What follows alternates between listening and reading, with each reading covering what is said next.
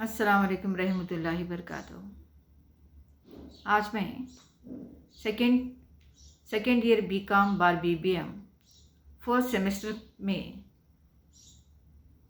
Semester का जो मजमून है दौलत खाना,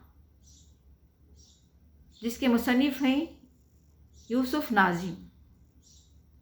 तो आज ये मजमून पढ़ाने के लिए जा रही हूँ।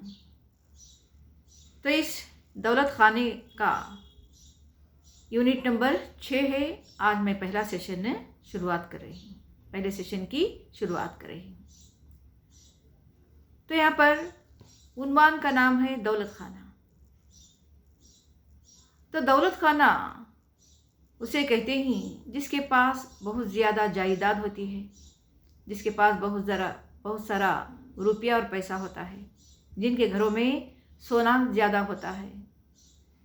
तो ऐसे लोगों के घरों को हम क्या कहते हैं? दौलत खाना कहते हैं। तो ये कदीम ज़माने की बात है, क्योंकि उस वक्त कोई बैंकों का इंतज़ाम नहीं था।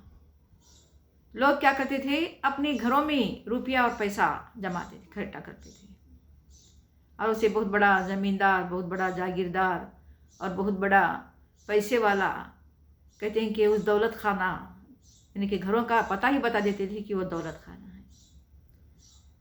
तो यहाँ भी मुसन्निफ दौलत खाने के बारे में बता रहे हैं। जब तक बैंक कायम नहीं हुए थे तो डाकुओं को भी अपनी रोजी कमाने के लिए जगह जगह घूमना पड़ता था, क्योंकि डाकुओं को सिर्फ एक घर में अगर चोरी भी किए तो कितना माल मिलता, और माल को उतनी मेहनत से चुराने के बाद भी इन डाकुओं का हाथ तंग रहता था। कुछ डाके सही होते थे तो कुछ गलत। कभी ऐसा नहीं हुआ कि डाकुओं को फरागत नसीब हुई और 2-4 साल तक वो आराम से बैठकर खा सकें। कभी कभी तो क्या है, कहीं पर अगर डाका डाले तो वहाँ पर कोई एक जेवर भी अगर चुरा लें तो जेवर को ले जाकर बाजार में बेचना बहुत मुश्किल की बात थी। अगर वो बेचने के लिए गए भी तो रंगे हाथ वहाँ पर पकड़े चले जाते थे। तो इस तरह से जिन्हें बाजार ले जाकर फरोख्त करके एक और उनके काम में इजाफा हो जाता था। और एक काम क्या है, बिल्कुल ले जाकर बाजार में बेचना इनके मिजाज के मुताबिक गलत था, क्योंकि ख़रीदो फरोख्त में डाकुओं को के बस का ख़रीदो फरोख्त करना डाकुओं के बस की बात नहीं थी। तो यहाँ तक अगर बैंकों के रिवाज ने डाकुओं का एक बड़ा मसला हल कर दिया, क्योंकि डाकुओं की चोरी करना ये कदीम ज़माने की बात। लेकिन जब बैंक शुरू हो गए तो उसका क्या है, डाकुओं का एक बहुत बड़ा मसला भी हल हो गया।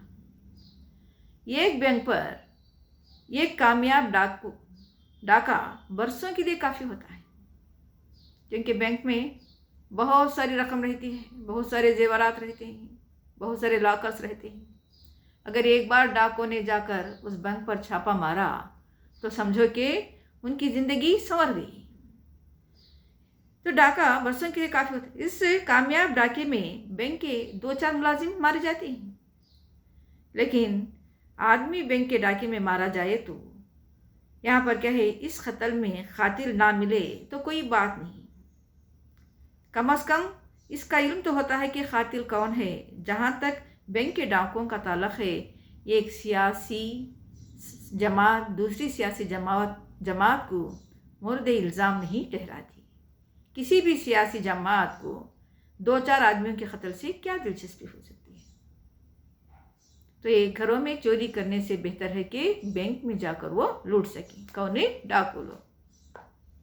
ये एक ज़माना वो था जब लोग बैंक में रुपया जमा कराने को मायूब फेल समझते थे। ख़ास तौर पर औरतों को तो इस काम से नफरत सी थी।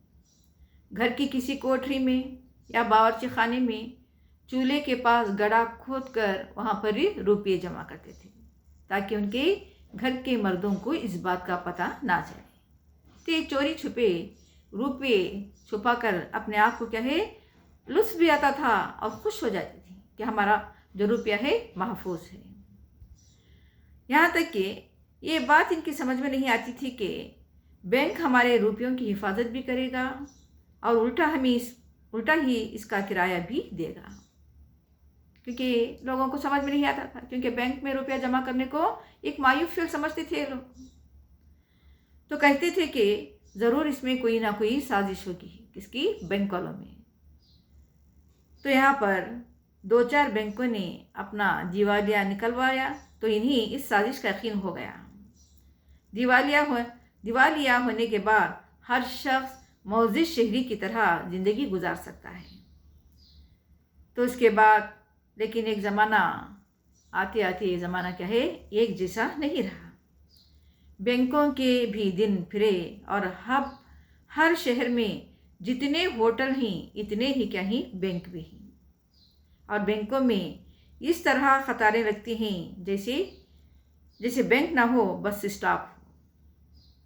तो आज बैंकों का सिलसिला इतना बढ़ चुका है कि हर कदम पर, हर गली गली में क्या है कि बैंक ओपन हो रही है, ताकि लोग अपने घर की चोरियों से महफूज रह सकें। क्योंकि इनमें एक अहम कारोबार ये भी है कि नाकारा नोट भी वापस तो लिए जाते हैं, लेकिन इनके अवध दिया कुछ नहीं जाता। तो नाकारा नोटों से जो आमदनी होती है, इस आमदनी से बैंक में काम करने वालों को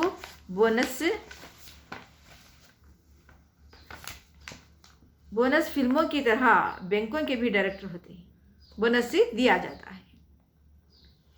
लेकिन आजकल क्या है, बैंकों में अगर पुराने नोट एक्सचेंज किए तो नए नोट मिल जाते हैं, लेकिन उस ज़माने में क्या है, पुराने नोटों को ले लेते थे, लेकिन उसके अवज़ उनको कुछ ही नहीं देता था। लेकिन दूसरे जो नौकर चाकर क्या हैं बैंक के, वो उसका इस्तेमाल कर लेते थे।